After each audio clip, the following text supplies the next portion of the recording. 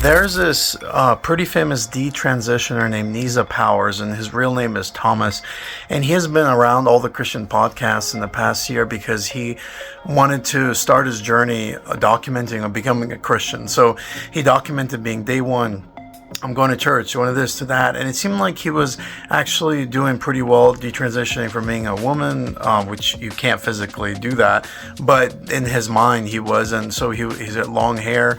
And, he's speaking in a womanly voice. And look at what he said before. Come with me for a men's Bible study. I tried to go to one last night, but it got canceled. 10 years ago when I lived as Nicole, this is the last thing I would have seen myself doing. Anything that distinctively called itself for men, I stayed far, far away from. So here I am at a men's Bible study. Now he's saying this. I don't know if my priest agrees with how I represent myself in the world now.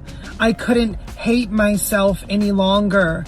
The self-loathing I've had for the last 8 months has been excruciating. And I know you're thinking that's just your sin talking, but it's not.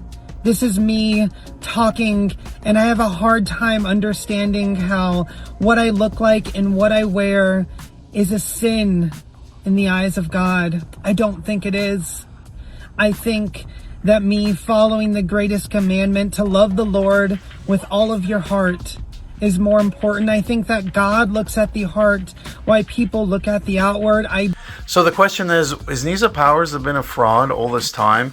It seems like, I'm not trying to judge his journey or his heart, and I know that God draws people at imperfect lifestyles. Of course, God draws all of us out from all of our sin, and we're not made perfect and sanctified completely on this earth. But the issue is that Neeza seems like he has been making up things. He seems like he has been dating his girlfriend even before he was detransitioning, and then he lied about it, and then he pretends to be somebody else on camera, and then he pretends to be somebody else off camera. So it seems like he became really famous because he likes all the attention, and he likes to go into all the churches, but now he's going into false doctrines, going into the Catholic Church and becoming part of the religious dead system of Christianity and not really truly being born again. And so the question is, what is going on with Neeza? Is he pulling a fake on everybody? Has he been making things up for the whole time, or is he actually just struggling, needs deliverance? Because it seems like a lot of the Christians interviewed him never understood that he needs demonic deliverance, and that he seems like he's just pretending, and he's actually going back to now being a woman because the demons in him have never been cast out.